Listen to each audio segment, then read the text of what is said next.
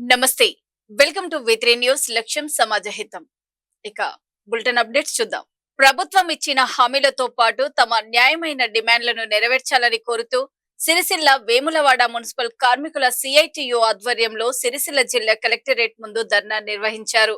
CITU నాయకులు మాట్లాడుతూ ఎండనక వాననక ఆహర్నిశలు కష్టపడుతూ సేవలందిస్తున్న మున్సిపల్ కార్మికులకు ప్రభుత్వం ఇచ్చిన హామీలను నెరవేర్చాలని జిల్లా కలెక్టర్ కు మెమోరాండం ఇచ్చామని తెలిపారు.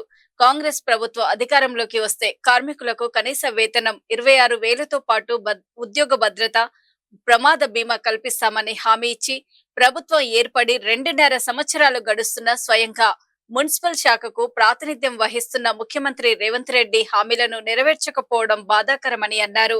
ఇప్పటికైనా రాష్ట్ర ప్రభుత్వం ఇచ్చిన హామీలతో పాటు కార్మికుల యొక్క న్యాయమైన డిమాండ్లను నెరవేర్చాలని CITU నాయకులు డిమాండ్ చేశారు.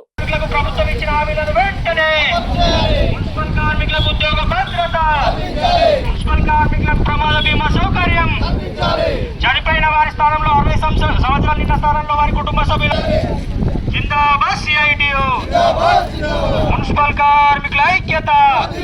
మున్సిపల్ కార్మికులకు పరిష్కరించాలి మున్సిపల్ కార్మికుల సమస్యలను. జిందాబాద్ CITU.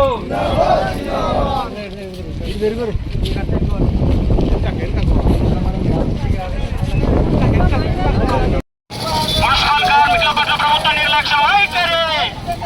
మున్సిపల్ కార్మికుల పట్ల ప్రభుత్వ నిర్లక్ష్య వైఖరి. మున్సిపల్ కార్మికులతో చెలగాటమా? జిందాబాద్ CITU. జిందాబాద్ CITU. కలెక్టర్ గారు రావాలి రావాలి. మున్సిపల్ కార్మికుల సమస్యలను పోరాడు. CITU. మున్సిపల్ కార్మికుల సమస్యల పట్ల కార్మికుల పట్ల ప్రభుత్వ నిర్లక్ష్య వైఖరి. మున్సిపల్ కార్మికుల కనీస వేతనం 26,000 రూపాయలు. భద్రత. మున్సిపల్ కార్మికుల ప్రమాద బీమా సౌకర్యం మున్సిపల్ కల్పించాలి.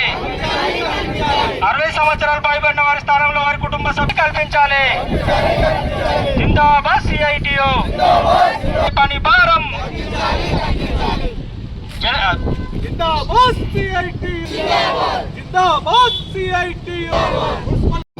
Telangana municipal workers and employees union రాష్ట్ర కమిటీ పిలుపు మేరకు అన్ని జిల్లా కలెక్టరేట్ కార్యాలయాల ముందు ధర్నాలో భాగంగా ఈరోజు రాజన్న సిరిసిల్ల జిల్లా మున్సిపల్ యూనియన్ కమిటీ పక్షాన రాజన్న సిరిసిల్ల జిల్లా కలెక్టరేట్ కార్యాలయం ముందు సిరిసిల్ల వేములవాడ మున్సిపల్ కార్మికులు 2 మున్సిపాలిటీలో ఉన్నటువంటి కార్మికులు ధర్నా చేయడం జరుగుతుంది.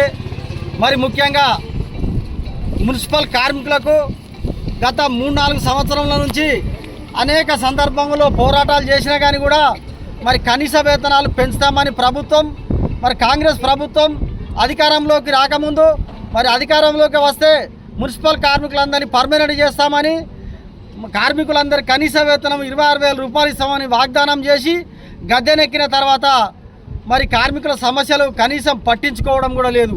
ఎన్నోసార్లు మేము ధర్నాలు చేసినా కానీ కూడా మరి ముఖ్యమంత్రి రేవంత్ రెడ్డి గారు మాపై కనీసం గిట్లా కన్నెత్తి కూడా చూడడం లేదు. మరి దానికి నిరసనగా ఈరోజు ధర్నా చేయడం జరుగుతుంది. మరి మున్సిపల్ కార్మికులు చనిపోయి గత ఒక 30-40 సంవత్సరం నుండి కార్మికులుగా ఉండి వాళ్ళు 60 సంవత్సరాలు అయినాక అయిపోతే వారి స్థానంలో వారి పిల్లలకు అవకాశం పెట్టుకోవడం లేదు. మరి కార్మికులుగా ఉండి మున్సిపల్లో కార్మికులుగా పనిచేసి ఆ చెత్త చెదారం వాసనకు మరి ఆరోగ్యం బాగలేక చనిపోతే మరి వారి పట్టణాలను పరిశుభ్రంగా ఉంచడం కోసం మరి ఎండనక వాననక చలనక అహర్నిశలు కష్టపడి పనిచేస్తూ సేవలు అందిస్తున్నటువంటి మున్సిపల్ కార్మికులకు ప్రభుత్వం ఇచ్చినటువంటి హామీలను అమలు చేయాలని రాష్ట్ర కమిటీ పిలుపులో భాగంగా ఈరోజు మన రాజన్న సిరిసిల్ల జిల్లాలోని సిరిసిల్ల వేములవాడ మున్సిపాలిటీలో పనిచేస్తున్నటువంటి కార్మికులందరం కూడా జిల్లా కలెక్టరేట్ కార్యాలయం ముందు పెద్ద ఎత్తున ధర్నా నిర్వహించి సమస్యలపై కలెక్టర్ గారికి మెమోరాండం ఇవ్వడం జరుగుతూ ఉంది. మరి ప్రధానంగా మున్సిపల్ కార్మికులకు సంబంధించి ప్రభుత్వం మేము అధికారంలోకి వస్తే కనీస వేతనం 26,000 రూపాయలు అందిస్తామని చెప్పి, అదేవిధంగా మన ఉద్యోగ భద్రత కల్పిస్తామని, ప్రమాద బీమా ఇన్సూరెన్స్ సౌకర్యాలు కల్పిస్తానని అనేక వాగ్దానాలు చేసినటువంటి పరిస్థితి ఉంది. మరి అధికారంలోకి వచ్చి 2.5 సంవత్సరాలు అవుతా ఉంది. మరి మున్సిపల్ శాఖకు స్వయంగా ముఖ్యమంత్రి రేవంత్ రెడ్డి గారే మరి బాధ్యతలు చూస్తున్నప్పటికీ కూడా ఇచ్చినటువంటి ఒక్క హామీని కూడా అమలు కానటువంటి పరిస్థితి ఉంది. మరి ప్రధానంగా చూసుకున్నట్లయితే ఇక్కడ స్థానికంగా సిరిసిల్ల, వేములవాడ 2 మున్సిపాలిటీలు కూడా దినదినాభివృద్ధి చెందుతుంది. ఇక్కడ విస్తరించుతున్నటువంటి పరిస్థితి ఉంది. సిరిసిల్ల, వేములవాడ మరి దక్షిణ భారతదేశ కాశీగా పెద్ద పుణ్యక్షేత్రంగా ఉన్నది. రోజువారీగా వేల మంది, లక్షల మంది ప్రజలు అక్కడికి వస్తూ ఉంటారు.